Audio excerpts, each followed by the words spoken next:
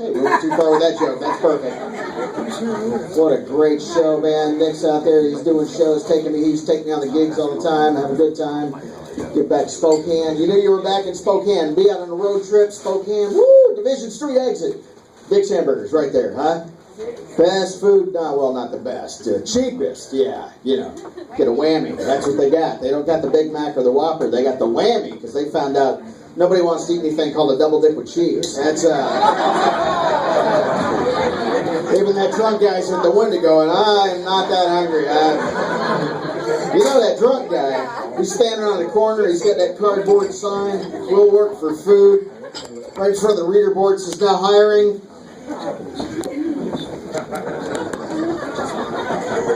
Bunch of Democrats in the house. It's not political stuff. It's stuff about Spokane, you know. Because we had an expo. And we have Mormons.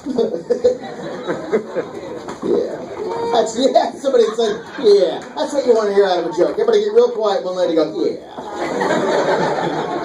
That's cute. Sounds like my girlfriend. My girlfriend always, yeah, like I'm leaving. She's going, you gonna wear that? I said, you look like Miley Cyrus, you stupid. I didn't go that far. I was heading down the street by the time I left. Thought of it, but I'm just saying, after the show, maybe he was selling the bobblehead girlfriend doll. I don't know why she smokes like an old Jewish woman. That's it. Maybe I watch too much History Channel. Moonshiners. Yeah. Everybody watch that one? Moonshiners? Yeah. I was drinking Everclear over in Montana. That's exactly what I said. That stuff messed me up.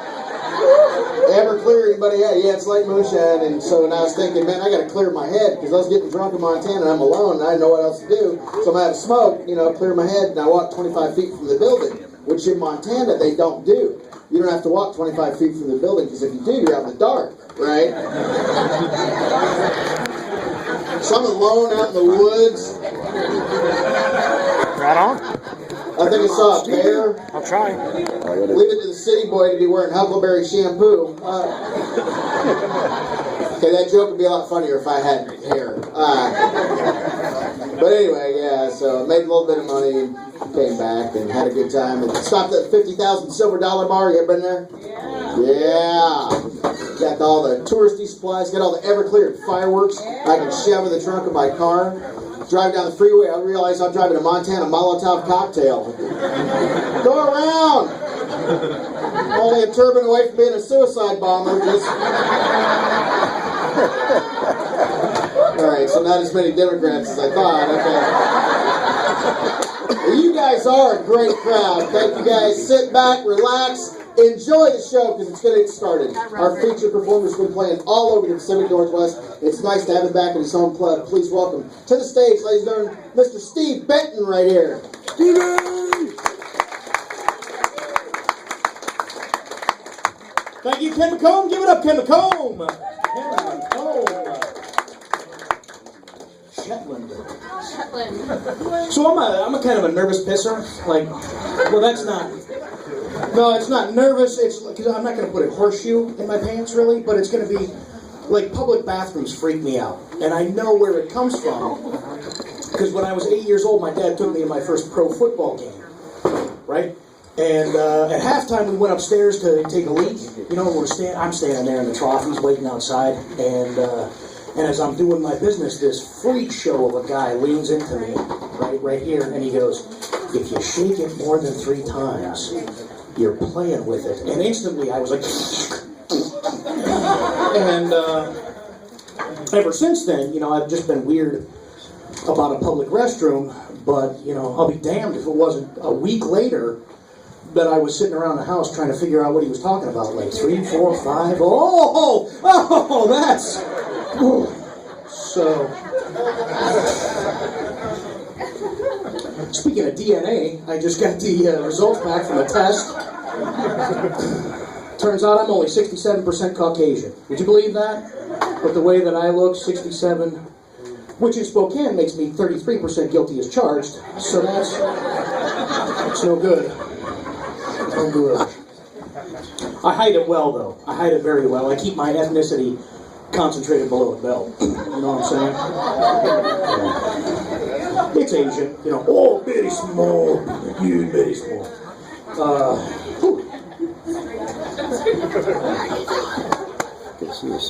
So I had to go. I had to get a gift for my mother-in-law because it was her birthday, and I wasn't sure what to get her because I'm not really listening to what she likes or anything. And so I go to the mall and I'm trying to figure something out because I don't know what the etiquette is or anything like that. I ended up getting her a muzzle. Seemed like the right way to go. I was torn. It was either that or taser barbs, you know, like. But that was like a one-time use thing. So originally, I was going to get her a really nice chair, you know, so she could come home and take a load off after a hard day sponging off her new husband. And but they didn't have three-phase power, so there was no way to hook the thing up. Right? She didn't want to shave her head. So I guess I'm married. That makes me married. No, really, I don't really need to announce that, right? I mean, nothing sets off the market like this. You know what I'm saying?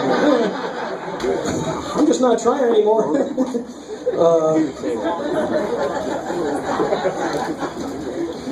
But really, anybody else married? Who's married in the house? Make some noise for yourselves. Excellent. Wow. So the rest of you are single? Is anybody trying the dating sites? Anybody on the Matchy, Harmony, anything like that? Nobody ever says yes to that. They're like, I met my wife online. I did. She was on OurTime.com, which is like the Cupid.com for 50 and over. You know what I mean? Like, it's good. It's good. Yeah. You'd be amazed what they can do with plastic surgery these days. It's incredible.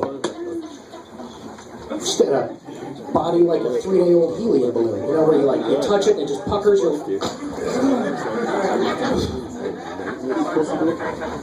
I'll never forget the first time I came across her profile. I was counting by twos. That's anyway.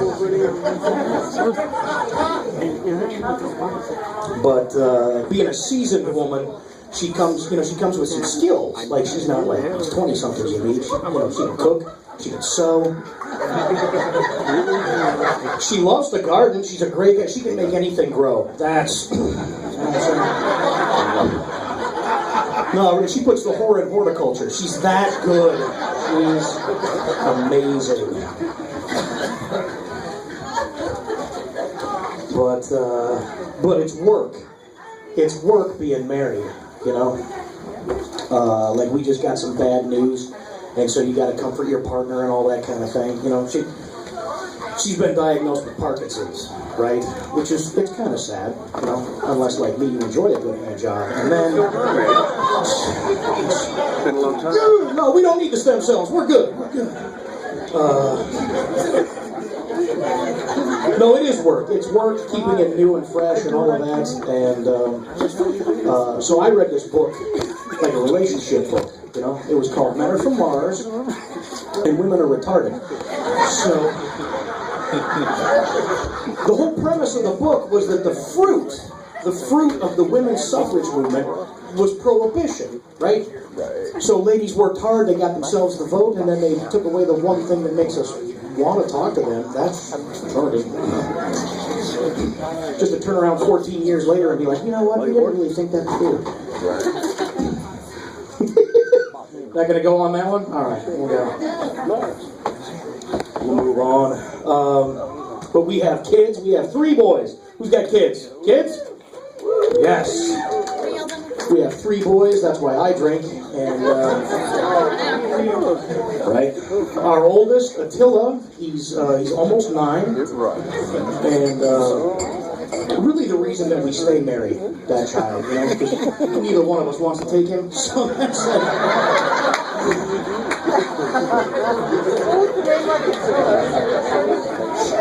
He's a handful, man. He is a handful. He, like, I just caught him masturbating in the shower a few days ago. You know what I mean? Like, the water was running too long, so I go in there to see what's happening, and there he is, 104, 105. Freaked me out. I was like, ah! You You don't do that in here, because I do that in here, okay? You go to your room, you find yourself a happy sock, that's what you do. Well, kids are only what you make out of them, right? I mean, like, he doesn't know that that's wrong until I teach him to feel shame for flogging his dolphin. That's the way that works. So, we're trying to feed a work ethic into him right now, you know? So we're, we give him the chance to earn some money for doing chores around the house, and, that teaches him the value of a dollar, job well done, time management, detail orientation, all right there. And then we have the opportunity then to teach him other life lessons, like as soon as he's got his money, got to pay his tax bill, right? And he's self-employed, so that's 43% kicking back, right? I'm like, hey, good to be a king. Then he's got to take care of room and board. Turns out he lives way beyond his means. Like, budget is not even... The good thing is that his grandma's teaching him all about credit. She's like Bank of America. You know, she just keeps raising the limit and then hitting the interest rate. That's another point.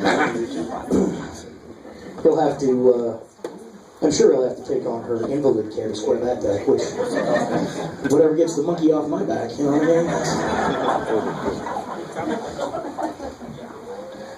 But then behind him are the twins, Fidel and Shay.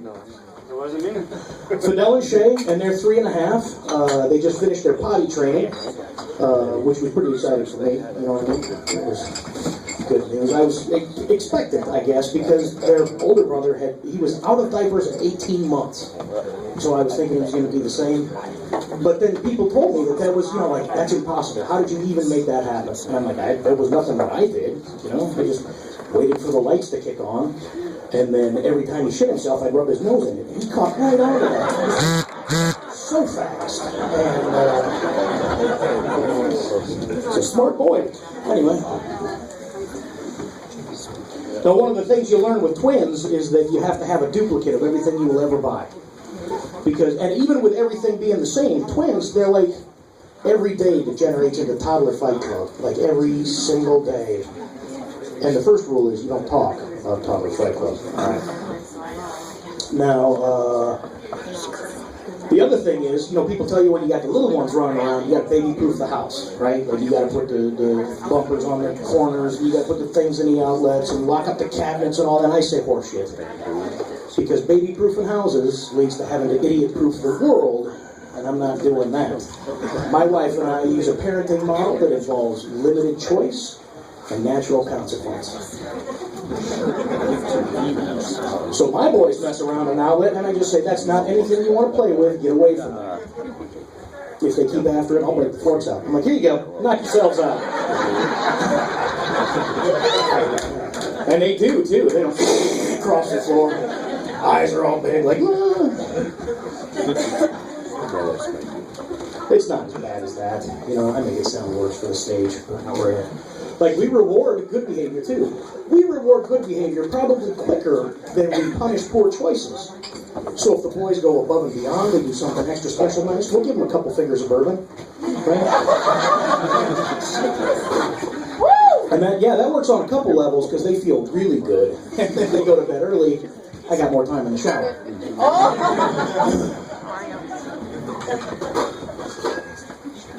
After they were born a month early, 7 pounds apiece. Yeah, that last month was joy. We decided then that we would be done. We just go ahead and get. Well, actually, my wife decided I would get fixed because that's compromise to a woman. Really, no. You giggle. You ask a man what compromise means. It means you give a little, she gives a little. Everybody's happy, right? Yeah, look at him, he's like that, right? You ask a woman what compromise means you feel good about giving her what she wants, and everybody's happy. Nobody ever got a Hummer from an angry girl. So I got cut. That's the way that is. Not really the fun people make it out to be, all right? First thing, anybody had one? Anybody else had one? Anybody? Vasectomy. Yeah. You haven't had one. Right? What's the first thing they tell you? I You gotta shave from the shaft down, right? What they don't tell you is how itchy that gets in like 2 minutes. And but I knew, because I'd done some manscaping, so I kind of knew what was coming, and I figured, why not pluck? That way the regrowth will come in soft and velvety instead of like a crotch full of ice. So I did. I went and got my wife's eyebrow tweezers and set myself to work, just 20 minutes in a neck spasm. I'm looking for a more streamlined method of hair removal. That's what I call the nads people. Nads. That's in the name. Nads on your nads. Well, they had all these questions for me, like, you know. And when I answered, they told me they wouldn't sell me the nads. Like, what? I should have been curious. Like, I should have been curious, right? Why wouldn't you sell me the nads? But instead I was just irritated. I'm like, you know what? I don't even need your nads. The hell with you and your nads. You don't want my money? I don't need to support you. I can take care of my own nads. Up to the shop I went and got my roll of 100-mile-an-hour duct tape.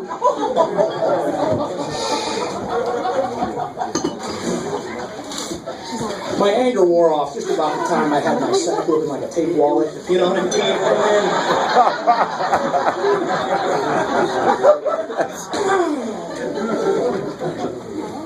So now I'm doing straight shots in my shop, trying to psych myself up. This is not as bad as you think it is, all right? This is just like yanking a Band-Aid off. Quick, yoink, done.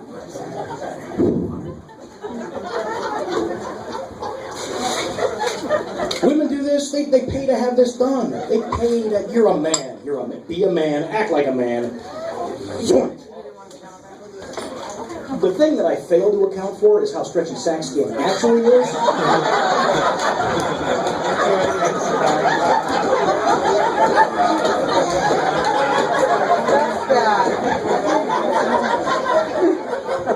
After 3 eye-watering mini nights, figured the only thing left to do was to catch the free end of the tape in the vise and jump off the bench. Hey, Molly. I woke up in the fetal position. Looked down to see 50 pounds of silly putty that had been wrapped around my knees. What amazed me was how long some of that hair was. It was 3 inches if it was a millimeter, right? So I gave it to Locks for Love. I figured some alopecia patient have some nice grandpa eyebrows, you know, like that. Because I'm a giver, all right? That's just me. That's how I roll. So, yeah. There I am with my road rash nuts. Laying on this guy's table with my legs spread, waiting for him to come on in and do his thing. The first thing that he did then was to administer a local anesthetic. Am I right? Yeah. I don't know if you've ever had a needle stick in your nut cable, but it went swiftly downhill from there. They tell you before the surgery that a small percentage of you guys are going to suffer a condition known as epididymitis, which is, spent the next 6 weeks walking around like I was smuggling oranges in my shorts, you know, just like old man walking everywhere.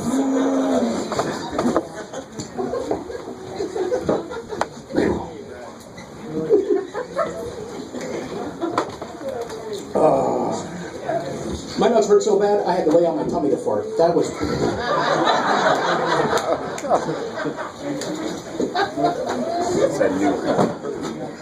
Speaking of farting, I spent the whole day with public audible gas. You ever get that? Public audible gas? Where you can't control it, like it's just always... And it's always like when you're in the dentist chair or whatever, you know, you're like... I get that on you? I'm sorry. Thank God for the shield, huh? Woo!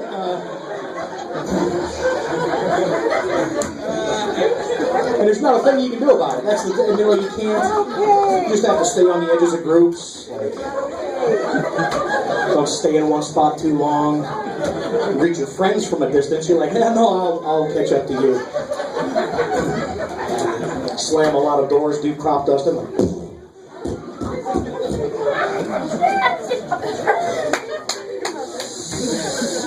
the only redeeming characteristic is when somebody comes into your blast radius, like unaware, they're like... Or even better, if they have to talk to you for anything, like, we're going to need those third quarter projections. Have you been eating peppers? That's curry, actually. Curry and Indian food.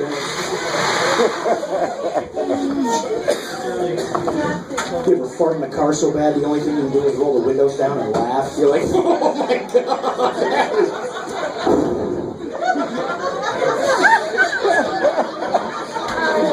Unless you got your buddies in the car, then you lock the windows up and you laugh. You're like, Dutch oven!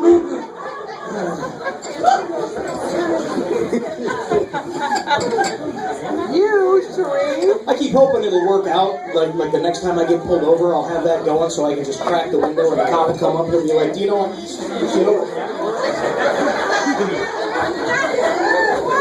Go.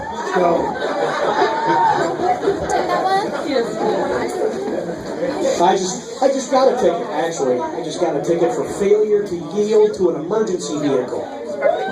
That's a serious ticket. That's a serious ticket. And I didn't do anything wrong, okay? I was going to work about 3 o'clock in the morning. I'm on the highway in the driving lane, and down the on-ramp comes a state patrolman, right? But he doesn't have his flashers on, and he doesn't have his siren on. Right? So I figured that's just a car in traffic. You know, he's going to merge or whatever. But he didn't. He paced me until he ran out of road. Then he checked up, fell in behind, pulled me over. Right? Now, I'm always nervous around cops. You know, because like I said, 33, you know what I'm saying? And so when he came up to the window, I checked his badge to see who he was, and my eyes glossed over the letters K-N-I-P-P-L-E. That's what I said. I said, your name's not really Nipple, is it? He said, Nipple, license and registration. So where are you going this morning? I said, I'm going to work. I'm going over to the bakery. He says, what do you do over there? I said, I'm a canoeer. I know. He said, are you mocking me? I said, not to your knowledge. He said, get out of the truck. I said, I'll try, but I have this tricky knee, and he's shaking me down and searching the truck there. He almost took me to jail on a concealed weapons charge. Yeah, I had a knife in my knapsack, so that was...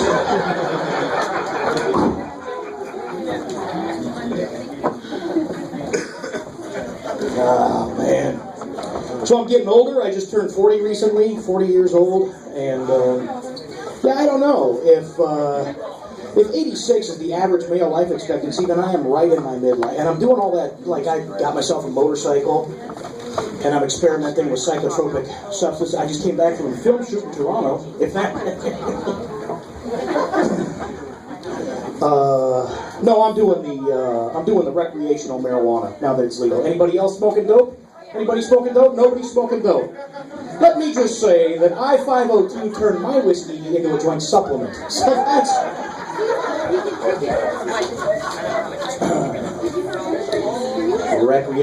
I haven't heard two words sound that good together since blow met job. Okay, that is... And if you get all 4 words in the same sentence, like, I'm going to pick up some of that recreational marijuana, come over there and give you a blowjob. You don't even care. You don't even care who's on the... That sounds great. I'll see you when you get here, Mom. That's my wife's mother. Don't judge me.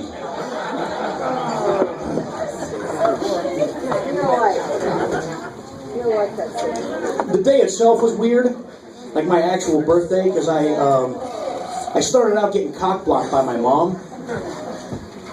You know, I was awakened by my wife giving me my birthday present, and wouldn't you know that the back door swings open, and in trumps Mom, ready to make my birthday breakfast. Oh, yeah. Captain Crunch and blue balls. Not since high school, Mom. And then I finished the day, I got my wife and her best friend drunk and in bed with me. And that's when 40 set in, right there. Because instead of imagining the positions and the possibilities, right, I started thinking about the consequences and the responsibilities. Fortunately, he was not that into it, so it took a lot of the pressure off. We just talked for a while, and then, well, we did go for it, actually, but I'll tell you, my ass hurt for a week. Turns out I am a giver.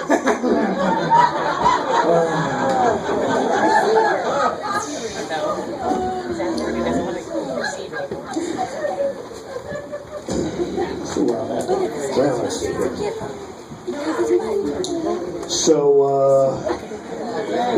when you turn 40, that's the beginning of proctological exams with every physical, right? Which is not exactly a pleasant. It's not as pleasant as an office visit as one of those luxurious pap smears. Like, no, I'm just saying that time is money, and Dr. Sausage Knuckle is all business. You know what I mean? Like,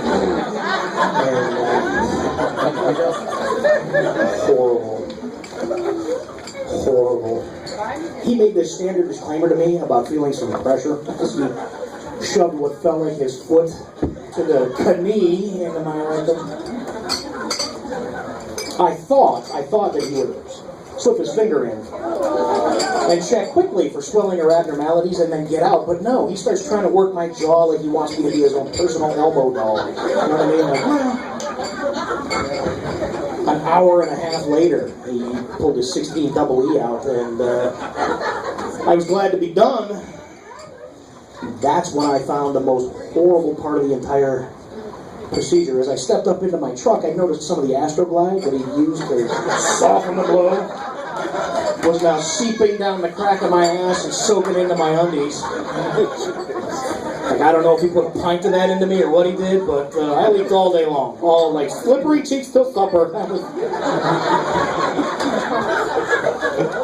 It brought me to this question, okay? If you're a gay man, and if you are a gay man, I got no problem with that, okay? But if you are, and you're having unprotected sex, what are you doing about last night's swimmers when you have to go to work in the morning? Like,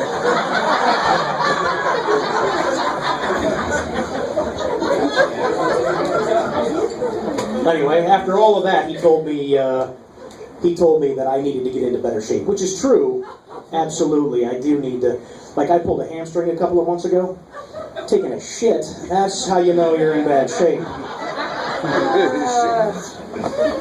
Well, that's just about my time. I'm going to leave you on this thought, since we're talking about shit. I shit my pants the other day. You ever do that? Like, you gamble on a fart, and then you're headed for the shower. Like, unless you're at work, and then what do? You make that Al Roker walk to the bathroom, and you curse yourself for eating a 7-Eleven burrito. You're like, every time, when are you going to learn? Take a couple of pencils for tongs. You drop your soiled drawers in a trash can, put a liner, double bag it.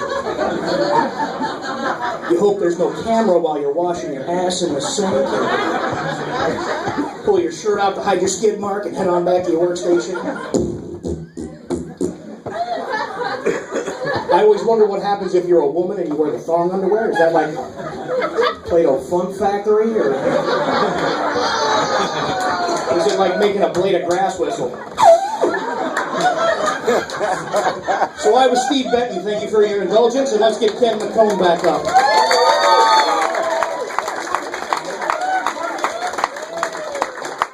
Steve Benton right there, everybody. He is available for children's parties.